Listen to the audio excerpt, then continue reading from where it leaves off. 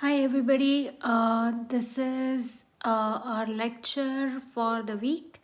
I hope you all had a good break, good holiday season. I just wanted to catch up with you guys quick because it's been a while since I talked to you.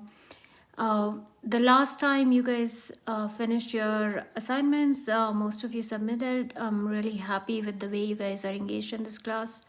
I want to talk to you guys about your next assignment, which is resumes, which is due tomorrow. And then on Monday, so let me look up the calendar here. You have resumes which are due tomorrow. I'm almost wanting to extend your date for Monday for the resumes, but we will see how it goes, how many of you are able to submit everything tomorrow. The other assignment you have due tomorrow is LinkedIn profile headline and summary final. Let's look at our calendar view for a second, okay? All right, so that's our calendar view. December 27th, you have 3 assignments due. Explore resume conventions. It's a discussion post. You should be able to do this. It's really easy. Go through the 3 or 4 resumes you have and see how the conventions of resumes have changed over the time, right? The second one, LinkedIn profile headline and summary. I will take you over that quick in a bit. The third one is your resume final. So the trick to doing these is making sure that you guys look at the rubric on there. So let's see. Let's try to do the resume final assignment. Okay, I'm gonna go back to your view of the assignment on the canvas, on canvas, right? And then read it off of that. Okay, so if you look, I'm gonna turn this around again. If you look over here, it says header has appropriate info. What does that mean? Header should have your name, your full name, your contact information, address, your email, all of that stuff, right? Your address, your email, all of that stuff should be in your header, right? Proper categories included. What does that mean? You should have education definitely because you're a student. If you have work experience, make sure you include that. If you have volunteer experience, include that. You can also include anything like your scholarships or any kind of awards you have won. You can include all of those things. So make different categories for these things, right? All dates included. What does that mean? Well, it means that you should have dates for, say, your undergrad career. When are you planning to graduate? Make sure you include that, right? Expected graduation date, August 2020 or whatever it is, right? Make sure you include that. All locations included. Your high school, if you put in your high school in your education, where was that high school? Just saying which school you are from is not enough, right? So make sure you mention that. Make sure you mention University of North Texas, Denton, right? Stuff like that. In your locations, also mention if you have work experience, where exactly have you worked. So it's not enough just to say you worked at Chipotle. Chipotle where? In Denton, in Louisville, in Irving. Make sure you mention that. Appropriate typography, make sure you figure that out, which works for you, use that, right? Font, use that. Overall professional presentation of content, language tailored to job posting, customized LinkedIn link. I'll talk to you a little bit about this in a minute, but make sure you have all of those things there, right? So look at your rubric and make sure you guys write your resume based on that, right?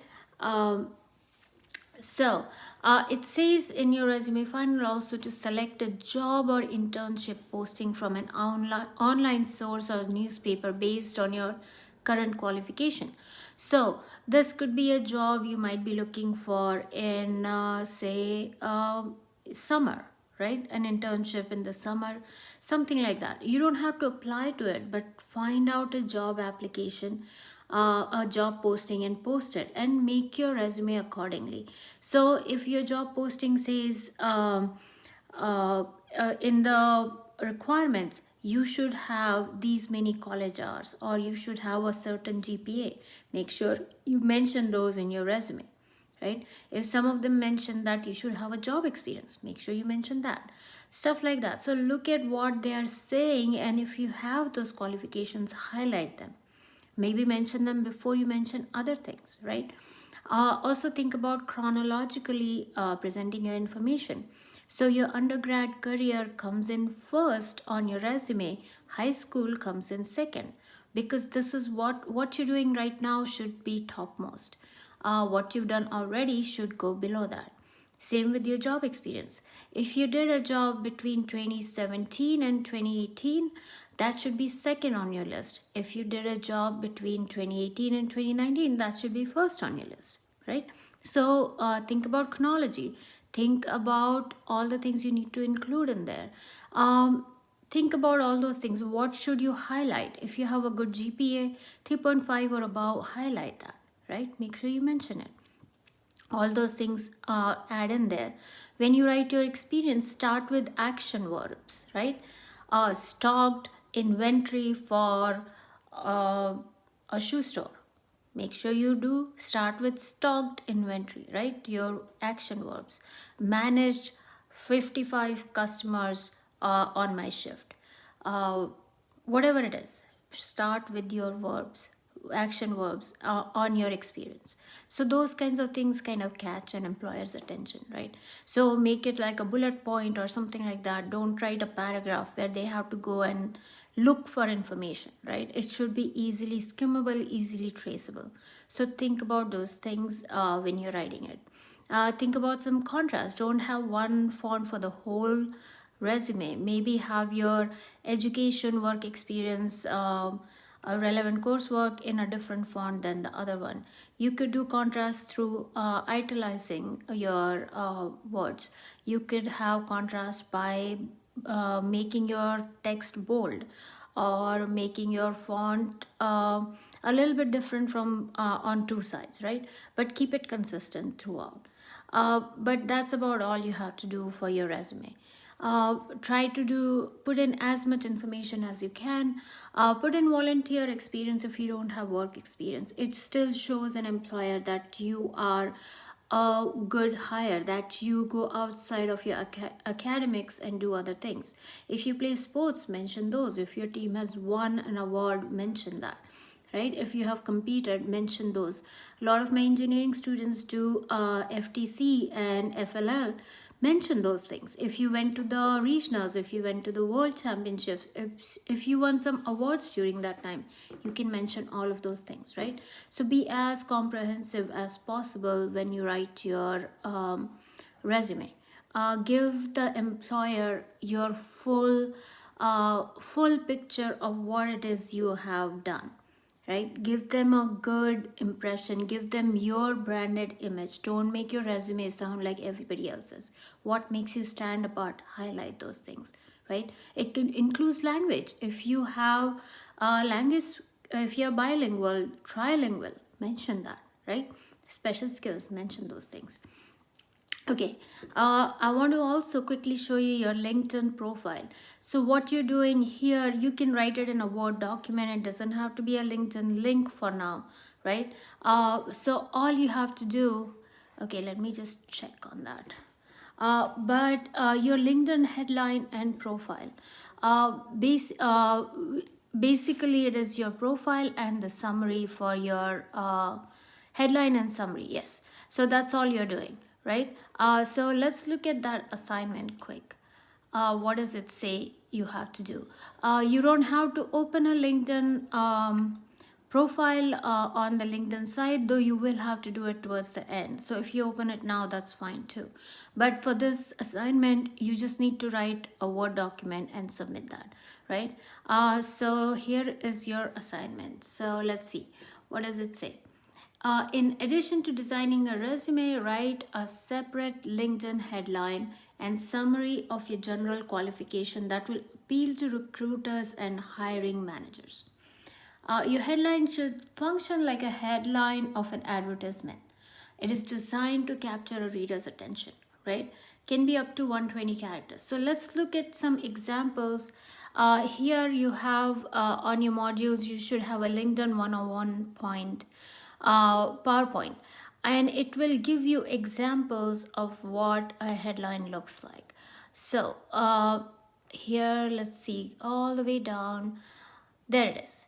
So your headline, right? Here is the examples of a headline. BS Mechanical Engineering, University of North Texas Manufacturing Mechatronics. Gives you a full picture, right? You are a student, you are still pursuing undergraduate at this university, these are your majors. Compare that to the second one, dining service supervisors at Michigan Technology Institute. Really an EM student. Not really that persuasive, right? But this one gives you a good idea of what this person is doing. So showcase your specialties. Tell them what it is you're doing, right?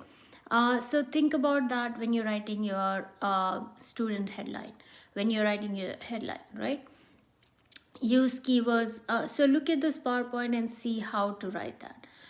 There are examples here, right? The PowerPoint also gives you a bunch of other ways to do things. So customizing your URL, make sure you do that so it looks more professional. So instead of having a bunch of numbers behind your URL, make sure you do it like this: linkedin.com/in/JonasJaneStudent. That's it, right? There's no dot 12589 3 whatever numbers here, right? So there are instructions on your PowerPoint on how to do that, so make sure you do that. Now look at the summary. So go through this PowerPoint and then look at some of the examples of the summary, but pay attention to how they are writing this summary. Look at the first line: I'm a mechanical engineering student graduating in May 2015, looking for full-time employment. Please contact me at this number and this email address. That's a very effective way of getting an employer's attention. What are you interested in? Where can they reach you, right? You are interested in full-time employment, which probably most of you are not. So you can say, I'm interested in an internship in the summer of 2020. If you are able to move somewhere, or if you go home for vacation during summer and that's when you want to do it, mention that in these states, right? Or in these cities, whatever it is, be specific. So these are good things to do in your summary. And then it's a little bit kind of a background of this person. So in your LinkedIn summary, you can write a little bit more detailed stuff. You can write more about your background that you are not able to write in your resume, right? So this is not just regurgitating your resume. This is giving an employer, potential employer, a little bit more info about what you are, who you are, right? So do that. Go through some of these examples and see if you can do some of these examples, copy them and make them your own, right? Write your stuff. The other example here, that they use bullet points. See if you want to do that to kind of make it easy to skim. Use numbers. Do not spell out numbers, right? You can use numbers instead of spelling them, so your eye goes to the numbers. That's another way to get people to look at your profile and read it and think about it. So there are about, I think, 3 examples on here.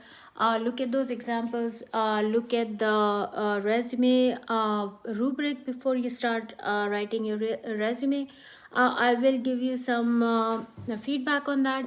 I'm really leaning, because we had whole week off. I'm kind of wondering if I should give you guys another 2 days to do your LinkedIn profile headline and summary, and I think I just might. So instead of doing this, submitting this tomorrow, I think I'm going to move this up to Monday. So you guys have a little bit more time to look at this. If you guys want me to take a look at something, send me an email and I will take a look at some of your work. I can look at everything, but you can ask me specific, hey, can you look at my work experience? What can I do to make it better? Or can you look at my summary? Does that sound fine? Can I do something else? Or can you look at my headline? And I will take a look at it. Okay. But that's all you have for this week. Your group projects are coming up. Next 2 weeks will be solid group project work. So I will update you on those in another lecture because it's just too much stuff. Okay. But I will publish those modules and I will update you on that in another lecture, possibly tomorrow or maybe on Sunday. Okay. I'm going to extend your headlines for the LinkedIn headline, profile, and summary, and also on resume to Monday. So you have enough time to do that. Okay. Thank you, and I will see you later. Bye.